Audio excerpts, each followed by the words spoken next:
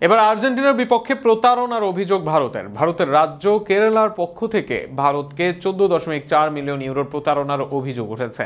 সাম্প্রতিক সময়ে এক ঘটনাকে কেন্দ্র করে ওঠে এমন প্রতারণার অভিযোগ, যে ঘটনায় বেশ ক্ষুব্ধ কেরালা সরকারের ম্যানেজিং কোম্পানির প্রধান। পুরো ঘটনা নিয়ে বিস্তারিত থাকছে প্রতিবেদনে। স্বপ্ন ছিল অনেক বড়, লিওনেল মেসিদের দেশে নিয়ে আসবেন, তাদেরকে ঘিরে করা হয়েছিল সেই পরিকল্পনাও। কিন্তু এবার যেন সেই পরিকল্পনায় জল ঠেলে দিল আর্জেন্টিনা ফুটবল ফেডারেশন, আর তাতেই যেন প্রতারণার অভিযোগ ভারতের, সেটাও আবার সাধারণ কোনো অর্থের নয়, 180 কোটি টাকার। ঘটনার সূত্রপাত কয়েক মাস আগে। সেখানে কেরালার স্পোর্টস মিনিস্টার আব্দুর রহিমান জানায় লিওনেল মেসি সহ স্বয়ং আর্জেন্টিনা দল আসবে তাদের দেশে। শুধু আসবেই না, কোচির পায়ান্দ স্টেডিয়ামে ফুটবল ম্যাচেও অংশগ্রহণ করবে তারা। আর সেটার দিনক্ষণও চূড়ান্ত ছিল অনেকটা। অক্টোবরের 25 তারিখের দিকে আসার কথা ছিল আর্জেন্টিনার, এমনকি আফা বোর্ড থেকেও এই বিষয়টি চূড়ান্ত করা হয়েছে। তবে হঠাৎ করে মোর আর্জেন্টিনা ফুটবল দলের এই সফর বাতিল না করলেও সফরটিকে পিছিয়ে দিতে যাচ্ছে তারা। এই বছর সৌদিতে আসার চেয়ে আগামী বছর সেপ্টেম্বরে ভারত সফর করতে চাচ্ছে আর্জেন্টিনা।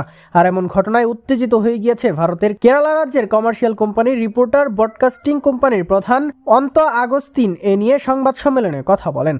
তার মতে এমন কিছু করে আর্জেন্টিনা দল প্রতারণা করছে। শুধু তাই নয়, এই কারণে আগস্তিন আর্জেন্টিনা দলের বিপক্ষে 14.4 মিলিয়ন ইউরোর প্রতারণার অভিযোগ করেছেন।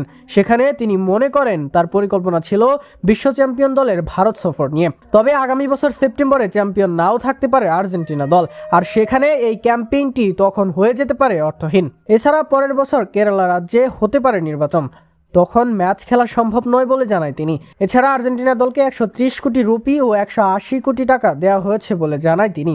যদি তারা রাজি হয় তবে তাদের সূচিতে আটকা থাকা উচিত বলে জানায় আগস্তিন।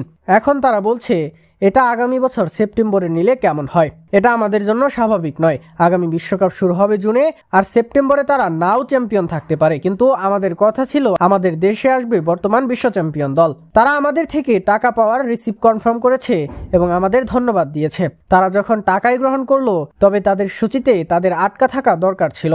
আগামী বছর নির্বাচনের বছর, এই সময় ম্যাচ আয়োজন সম্ভব নয়। ক্রিকেটে দাদাগিরি হলেও ফুটবলে অবশ্য বেহাল দশা ভারতের। এবার তাই বিশ্ব চ্যাম্পিয়নদের থেকেই ধোঁকা খেল বাংলাদেশের প্রতিবেশীরা।